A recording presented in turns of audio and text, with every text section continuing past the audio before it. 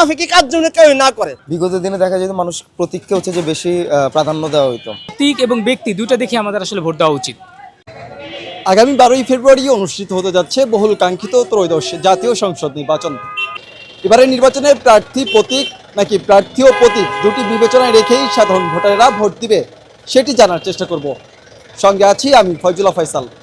বিগত দিনে দেখা যেত মানুষ প্রতীককে হচ্ছে যে বেশি প্রাধান্য দেওয়া হইতো, কিন্তু বর্তমানে মানুষের সাইকোলজিক্যাল অনেক পরিবর্তন আছে। মানুষ হচ্ছে প্রার্থী দেখে হচ্ছে ভোটটাতে বেশি প্রেফার করে। কিন্তু এখানে একটা প্রবলেম দাঁড়ায়, সেটা হচ্ছে প্রার্থীর কিছু দায়বদ্ধতা থাকে তার দলের প্রতি। তো দল হচ্ছে যে যেভাবে তাকে সাংগঠনিক একটা নির্দেশনা দেয় বা সাংগঠনিক যে বিধিনিষেধ, সেই বিধিনিষেধের মধ্যে প্রার্থী তার ওই ফ্রিডমটা হয়তো পায় না।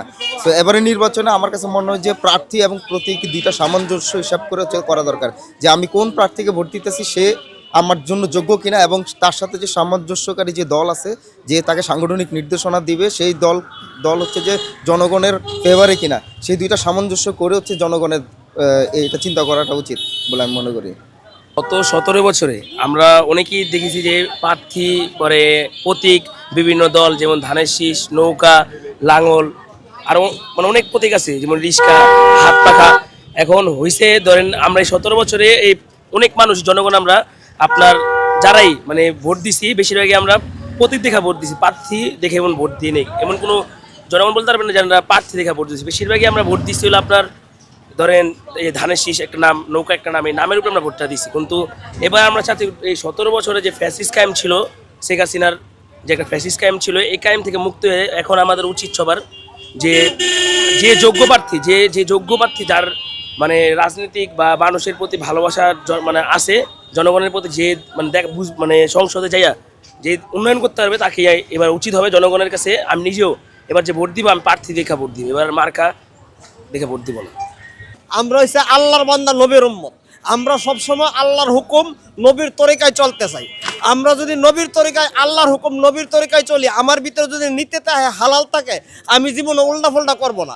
আপনি ইসলামকে আগে রাখবেন, যে নি আল্লাহর হুকুম নবীর তরিকায় চলে, এবং যে নি সবার ভালোবাসা রাখা মানে সব কিছু কাজ করতে পারে। যা মনে করেন আজকে কাম করছে, আবার 3 মাস পরে কাম করে, এমন নীতি ছাড়াও মনে করেন মুনাফিকি কাজ জন্য কেউ না করে। আমরা যদি আল্লাহর হুকুম নবীর তরিকায় ভোট দিতে পারি আলহামদুলিল্লাহ। আর সে যেন সবসময় কথা রেখে কথা রাখে। আমার কথা কি, আমি যদি একজন রাজনীতিক ব্যক্তি হই, আমি কথা রেখে কথা রাখবো, কথা রাখার চেষ্টা করবো। আমি চাই যে ওই দ্বারা সে যেমন কথা রাখে, মানুষের সবার কথা রাখে, এটাই আমার কথা। প্রত্যেকের পাশাপাশি আমি ব্যক্তি দেখার চেষ্টা করবো। ত্রয়োদশ জাতীয় নির্বাচন 12 তারিখ। তো এইখানে আসলে আমরা ব্যক্তি এবং প্রতীক দুটো দেখে আসলে ভোট দিব। এখন তো আসলে পরিবর্তন এসেছে। 5ই আগস্টের পরে মানুষের ভিতরে অনেক চেঞ্জ এসেছে, তারা এখন নতুনত্ব জানতে চাচ্ছে, নতুন বিষয় জানতে পেরেছে। তো আমার কাছে মনে হয় শুধু প্রতীক দেখেই যে ভোট দিব বা শুধু ব্যক্তি দেখেই ভোট দেবো এরকম না, প্রতীক এবং ব্যক্তি দুটো দেখে আমাদের আসলে ভোট দেওয়া উচিত।